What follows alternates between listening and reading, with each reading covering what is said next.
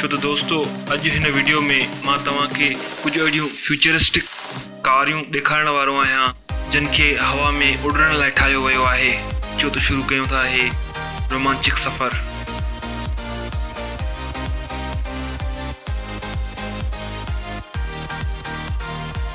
दोस्तों तव्हांजे साम्हूं पेश आहे पेल V1। ये एक हाइब्रिड कार है जेका हेलीकॉप्टर वांगुरु नज़रदी आहे। इन कार के रोड ते हलाइण खां सवाइ हवा में भी उड़ारे सघिजे थो। बेमिसाल कार में 2 माण्हू आराम सां वेही सघनि था। ही गाड़ी 0 खां 120 किलोमीटर जी रफ्तार सिर्फ 8 सेकंडनि में पकड़ींदी आहे। अगर तव्हां कंहिं ट्रैफिक में फाथल आहियो त कहिड़ी परेशानी आहे, बस एक बटन दबाइण सां हिन जा पर खुली वेंदा आहिनि ऐं गाड़ी हवा में उड़ण लाइ तैयार थी वेंदी आहे। इन गाड़ी में सेफ्टी के इलाही अहमियत ॾिनी वई आहे ऐं इंजन फेल्यूअर जी सूरत में इन में लगल सेंसर इन कार के इलाही ध्यान सां कंहिं सुठी जगह ते लैंड कराईंदा आहिनि।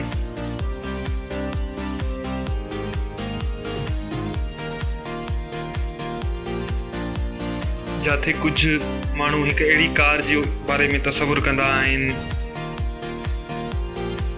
जंहिंखे हवा में उड़ारे सघिजे ऐं कुछ माण्हू वरी ईअं सोचींदा आहिनि त अहिड़ा जहाज़ ठाहिजनि जेके रोड ते बि हलनि। अमेरिका जी कंपनीअ कुछ अहिड़ो ई करे ॾेखारियो आहे। कार्बन फाइबर मां ठहियल ही हाइब्रिड जहाज़ रोड ते बि हलाए सघिजे थो। हिन जा पर वॾे आराम सां फोल्ड थी वेंदा आहिनि जंहिंसां हिन जो साइज़ हिकु नॉर्मल कार वारो थी वेंदो आहे। हिन जहाज़ में केतिरा ई जदीद फीचर्स पिणु ॾिनल आहिनि।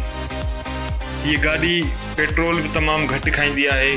सिर्फ 3 लीटरनि में 56 किलोमीटर जो मुफ़ासिलो तय कंदी आहे, जेको अहिड़ी हाइब्रिड गाड़ी लाइ काफ़ी आहे। ऐं हिन कार जी इहा ख़ासियत आहे त हीअ आम पेट्रोल ते हलाए सघिजे थी।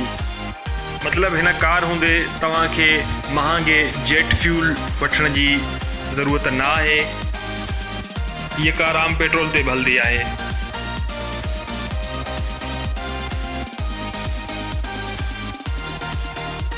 दोस्तों ऑफ रोड व्हीकल्स के बारे में तो तव्हां ॿुधो ही हूंदो। ये उहे गाड़ियूं आहिनि जेके कच्चे में हलाई वेंदियूं आहिनि खड़बड़ ज़मीन में। पर असां वटि मौजूद हीअ कार सिर्फ नॉर्मल एक ऑफ रोड कार ना आहे। हिन गाड़ी जी ख़ासि ॻाल्हि इहा आहे त हिन खे हवा में उड़ारे साॻे ई हैंडल सां कंट्रोल करे सघिजे थो। हिन कार में मोटराइज्ड पैराशूट विंग्स लॻल आहिनि जंहिंजे वसीले हीअ कार आसमान में आराम सां उड़ारे सघिजे थी पई। ऐं हिन कार के उड़ाइण लाइ तव्हांखे कंहिं बि पायलट लाइसेंस जी भी ज़रूरत न पवंदी। इंजॉय कजो। फ़िलहाल हिन गाड़ी की कीमत 60 लाख रुपयो आहे, पर हिन गाड़ी की डिमांड के ॾिसी करे ईंदड़ वक़्तनि में हिन जी कीमत अञा घटि थींदी।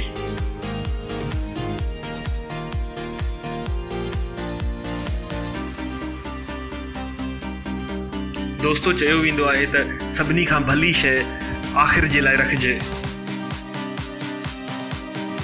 तो दोस्तों असां भी कुछ ईअं ई कयो आहे। पेश आहे तव्हांजे साम्हूं एरोमोबिल 3.0।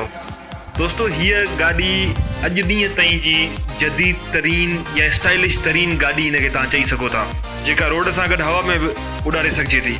दोस्तों हे सिर्फ हिकु प्रोटोटाइप आहे जेको स्लोवाकिया में डिज़ाइन कयो वियो आहे।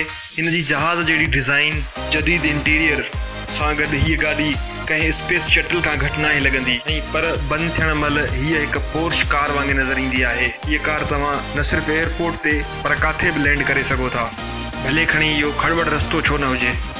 हिन कार में लॻल ख़ासि इंजन जे कारण हिन गाॾीअ खे हवा में 200 किलोमीटर फ़ी कलाक जी ज़बरदस्त रफ़्तार खां बि तेज़ हलाए सघिजे थो। तो दोस्तों तव्हांखे हीअ गाॾियूं कीअं लॻियूं? जेकॾहिं तव्हांखे अहिड़ी फ्यूचरिस्टिक इन्वेंशन्स जूं वीडियोस पसंद आहिनि त कमेंट बॉक्स में मूंखे ज़रूर ॿुधाईंदा।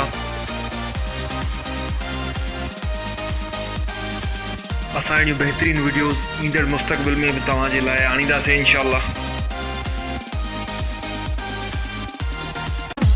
दोस्तों अगर तव्हांखे ही मुंहिंजो वीडियो पसंद आयो आहे त प्लीज़ फेसबुक ते लाइक ज़रूर कंदा ऐं वधि खां वधि शेयर कंदा पंहिंजे दोस्तनि में। वॾी महिरबानी।